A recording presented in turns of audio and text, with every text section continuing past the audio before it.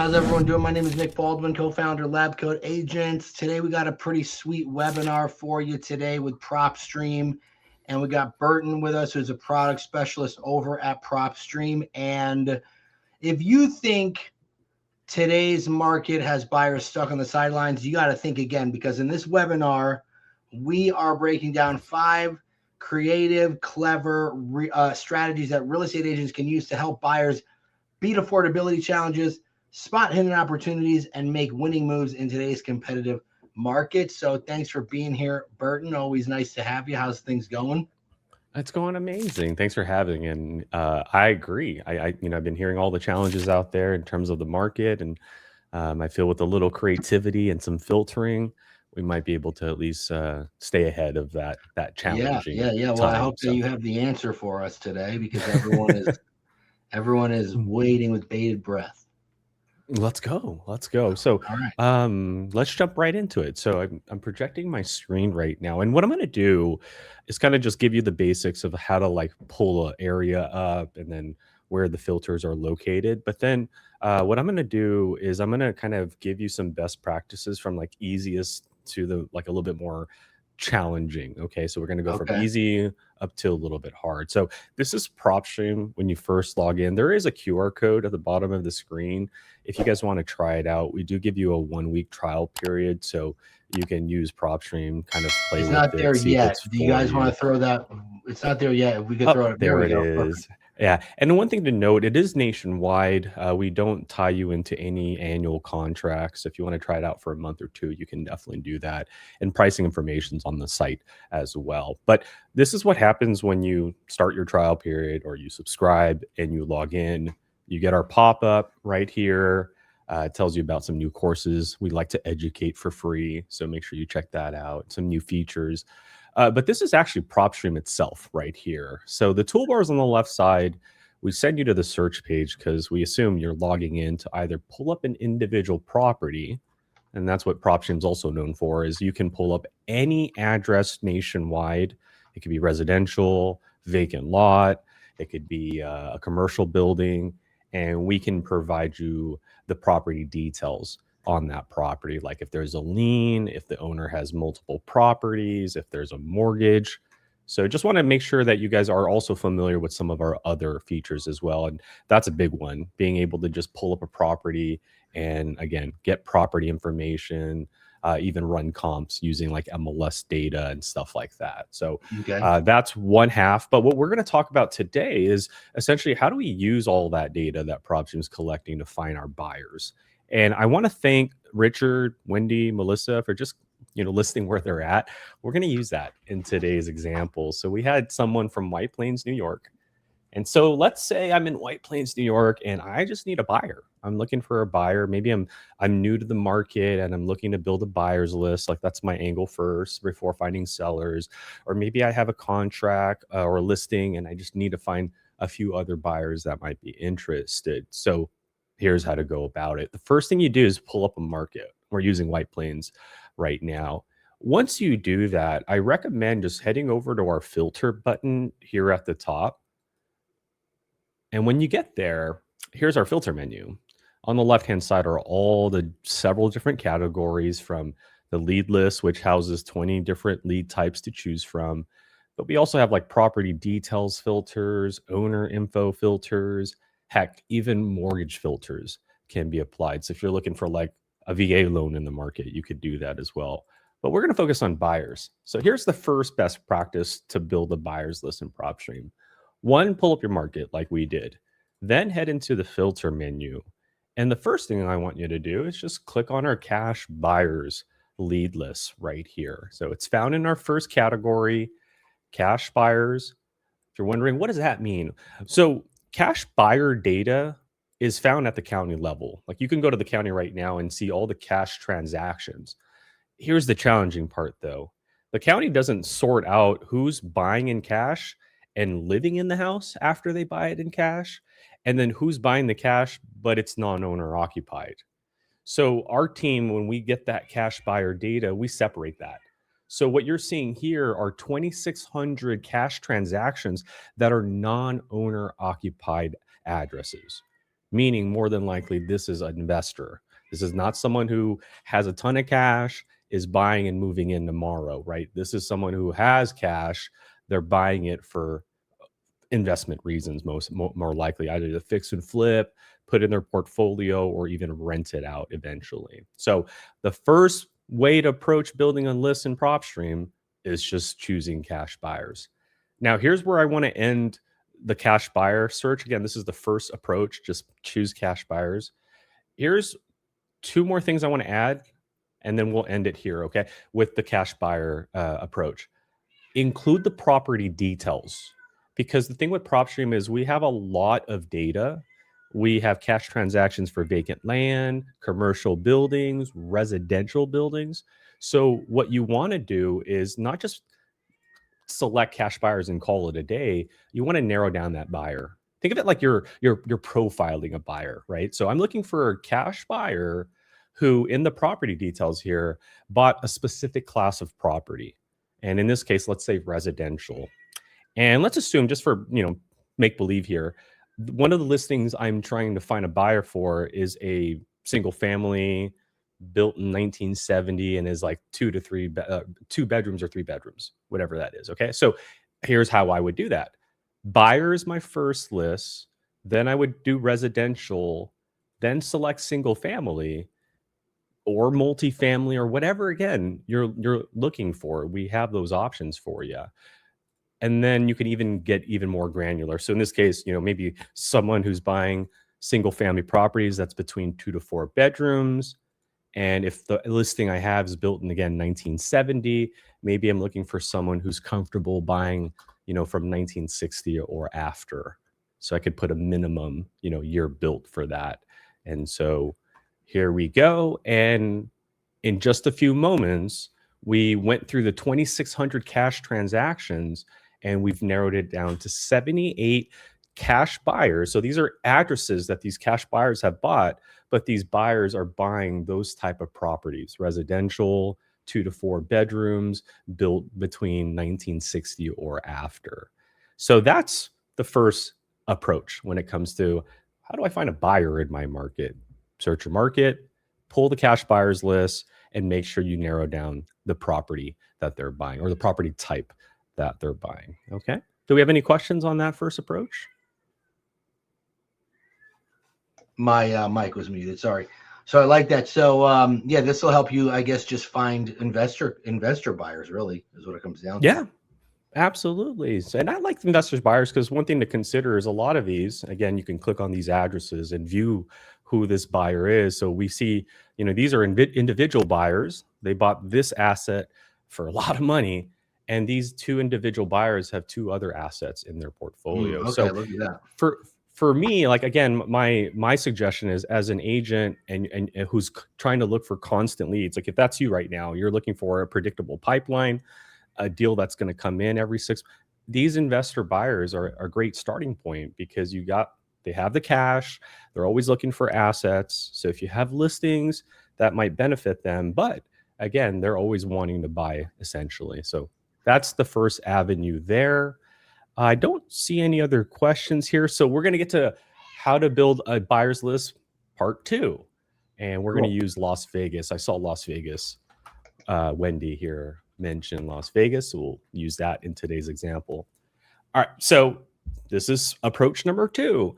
So one of the data sets that PropStream has is we have MLS data. So we know when properties are on market, whether they're active, whether they sold, failed, expired, yada, yada, yada. We've been in the business since 2006. This is actually our 20th anniversary here. But what we like to do once we collect data is kind of play with it and try to come up with new elements out of it. So one other category I would love for you guys to look at, once you pull up your property or your market, in this case, Las Vegas, head into the filter again. And after you're done doing that first approach, which is picking our cash buyers and narrowing down the property type that these buyers are buying, the other list I'd like for you to consider is our flippers list. Now, here's the difference between cash buyers and flippers. The cash buyers list is just saying, hey, this is a cash transaction that we've identified. That's also non-owner occupied, okay? That's good to know. Flippers list, however, is someone who bought the asset and within 2 years of acquiring that asset, it's back on the market. Who does that? Not your typical homeowner, right? No one buys a house and then 2 years later, let's sell it, guys. These are more than likely actual fix and flippers. And so this is approach number 2. You just pull up your market, you head over to our flipper lead list, and then you do the same thing with property details. I'm not looking for a commercial flipper, a vacant land flipper. I'm looking for someone who flips residential single family properties. And again, you can add the beds, the bathrooms, the year built if you'd like. And then now we're down to 1,862. So again, what's the difference between cash buyers and flippers? Cash buyers is from the county data only, and that identifies cash transactions of non-owner occupied properties. Flippers uses county records and MLS records. And what that represents is who bought the asset and who's listing it within 2 years of purchasing that asset. And that's what we have here. We have 1,800 flippers or addresses that are being flipped in the market of Las Vegas. And that's approach number 2. Do we have any questions on that? Doesn't look like it, but that's a really great strategy. So I like that. Absolutely. All right. This is approach number 3, and it actually picks off right where we left off right now.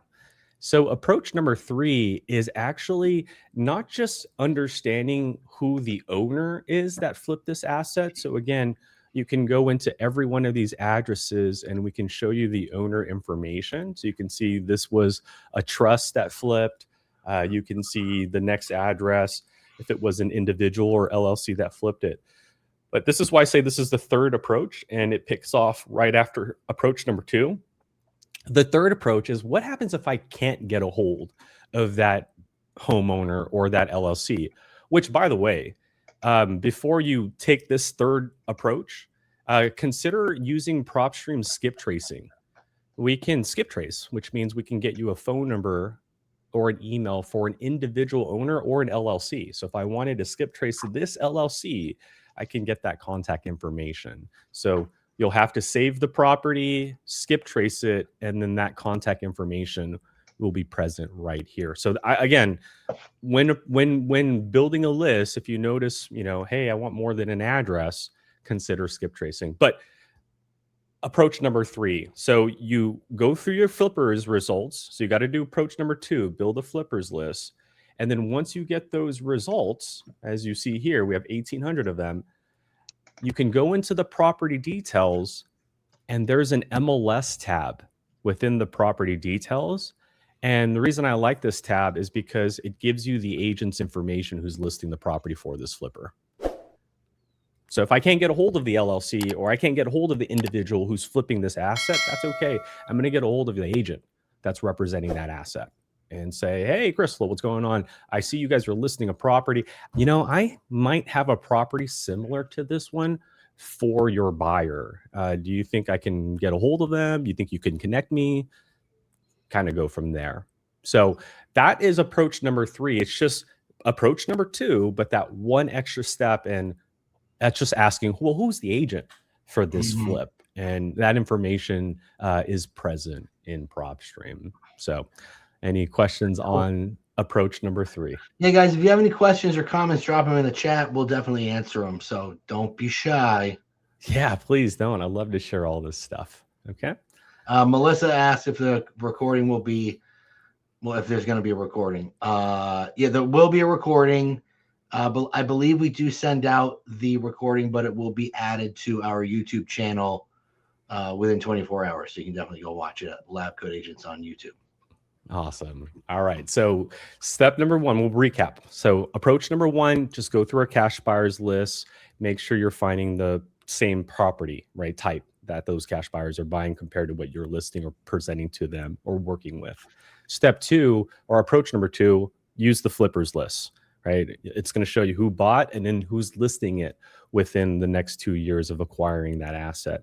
And then step 3 is just an add-on to step 2. And step 3 is going through those flippers results and seeing who the agent was or is that's listing that flip. Okay. Step number 4 is pull up the property itself. So someone mentioned Tampa. Let's head over there. I don't have an address. Please don't post one in the chat for the sake of the owner's privacy here. But let's just say I have an address in Tampa. Here's the cool thing about PropStream. You can zoom in and you can just click on a parcel. So let's say this property here. I have this property. It's on market. It's one of my listings, for example. Let's say just put make believe here. I need a buyer for it. So I can do step 1, step 2, or step 3.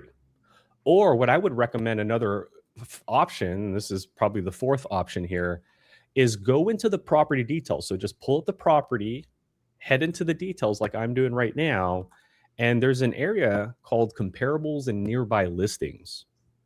I would head over there, and what I would recommend that you do is you look at the neighboring records, because sometimes you might find a neighbor who's buying multiple properties. And so here's what I like to do.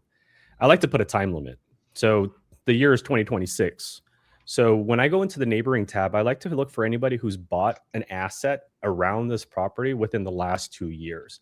So the best way that I do it is I click on this column here at the top and I organize it by most recent to the oldest.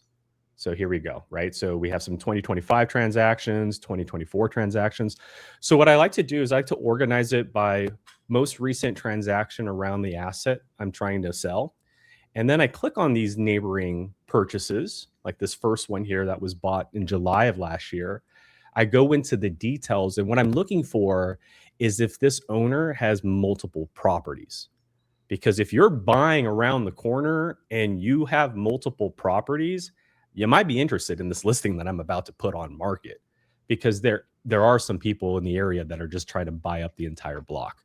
So unfortunately here, this first buyer that we pulled up, this recent transaction, they don't have multiple properties. You can see we don't have any tax or linked properties tab, but let's just try the second one. We won't go through every one of them, but let's just go through the second one really quick.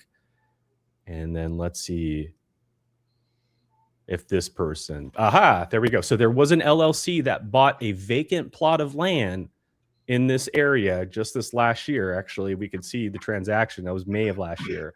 And that LLC has 5 other assets. So again, we can market to the entire zip code or the entire city and say, here's a property that's about to go on market.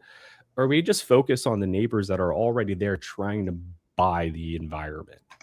And so that's step number 4. And all it is just you pull up that property, head over to the details, and then you go into comparables and nearby listings. And then you go into the neighboring records. And again, you organize it by most recent transactions. And then you go through those most recent transactions and find one that has multiple properties in their portfolio. That's a very good buyer, because they're already buying in that market or that area. And so they're probably already familiar with that area. They probably already see value in that area. And so I'm assuming that your chances of offloading that listing to them is much easier than trying to offload it to someone who's not familiar with that area, right? So that's something to consider right there. And that's step number 4. Do we have time for the 5th and final Yeah, approach? of course. We gotta get to the Awesome. 5th. Yeah. The 5th Actually, and we're all out final. of time. We're all out of time. No more. Just kidding. Tune into the next one to We're get not number gonna get 5. to them yet. To be continued. The last and final step, I would say, is just really going into the filters and just asking yourself, who would want to even consider buying properties? And so my favorite thing to do, this is step number 5. I like this one for many reasons. I just go straight into the filter. So we're in Tampa right now. I went straight into the filter, but I am not going to pick a list. What I'm going to actually do is just go straight into the owner information, and I'm going to apply 2 filters. And these are 2 very powerful filters, in my opinion. One, I'm trying to look for an individual, because I'm trying to build a relationship with someone who's an investor, who's always looking for properties, who's probably flipping an asset every year. So that means a new listing for us every year, if we have that really good relationship with them. So I don't want to talk to an LLC. I just want to talk to an individual for now. And this individual is already a steady, stable investor. And this is that second filter, numbers of properties owned. So I'm not trying to look for like someone who's just starting, and I'm not trying to look for a hedge fund either, right? What I'm looking for is just an individual who's like just in that middle. And here's how I do it. I'm looking for an individual in Tampa, Florida, who has 5 to maybe 15 assets in their portfolio. That's it. That way I can reach out to this individual, introduce myself, hopefully build a relationship with them, and then help them continue adding more to their portfolio. So as you can see here, there are 9,500 addresses in Tampa that are attached to an individual. So here's an address that's attached to an individual, and this individual has 8 other assets attached to their name. That's a phone call. That's a relationship building. How can I continue to add to your assets for you? So that's the 5th and final approach. And all it is just going in your market and finding those individuals that already have a portfolio, not a big one and not a small one, but just there so that you can help them perhaps get to that next level and support them. So there's a question from Steve in the chat. Can your skip tracing feature find addresses for past owners of a property? No, unfortunately not, because the way that the skip tracing works, Steve, is that it works on the current asset owner right now. So let's say you own a property and I skip trace it. I'm going to get your information on that property because you currently own it. But if you sell me your property and I'm the new property owner of that address, and then, you know, one of us skip traces that address, they're going to get my information, not yours, because you're that previous owner. So the skip tracing doesn't go beyond the current owner of that property. And again, you're going to get the phone numbers, the emails. Will also show you the do not call list. So if that phone number is on a do not call list, you'll be notified of that. And most importantly, a lot of people forget about this, litigators will actually tell you if a homeowner or an LLC is a litigator so that you could run away from all of that. Got it. Yeah, that's a good thing to do. Awesome. Any final questions, guys? Drop them in the chat. Those were awesome. Let's go. Let's just recap the 5. Yeah. So first approach, just pull our cash buyers list. You can find that in our lead list. So just pull up your market, select cash buyers, and just make sure you narrow down the type of property they're buying. Okay. So cash buyers, residential, cash buyers, vacant land. That's step 1. Step 2, use our flippers list. That's already showing you who's buying and who's flipping, meaning who's buying and who's listing that house within 2 years of buying it. So step 2 is go through our flippers list and then narrow down the type of property they're flipping. So flippers residential, flippers commercial, flippers vacant land. Will let you decide. Step 3 is actually adding to that step 2. So you select flippers, and then once you narrow down your flippers, you can go through those flippers and find the agent information on those flipper results. So in this case, we have 1,000. I can go through every single one of these and see who the agent is that's listing it. We also can export the agent's contact information for you. So if you want to save the entire list and then just export that information only, you can do that as well. So that's step 3, and that's getting the agent's information on the houses being flipped. Step number 4, neighboring data. You just pull up the property itself. You go into comparables and nearby listings, look at the neighbors. We have a tab for that. And then my suggestion is look for recent transactions within the last 2 years, I would say, and then go through those recent transactions like this one right here from 2024 and see if that person has multiple assets. Because if they do, that's an indicator that they're buying, they're an investor, and they're already interested in that area that you're in. So consider them as a potential buyer. That's step 4. And then the 5th and final step is the one I just showed you. And that's just going into your market and looking for individuals that have small portfolios, right? Anywhere between like 5 to 15.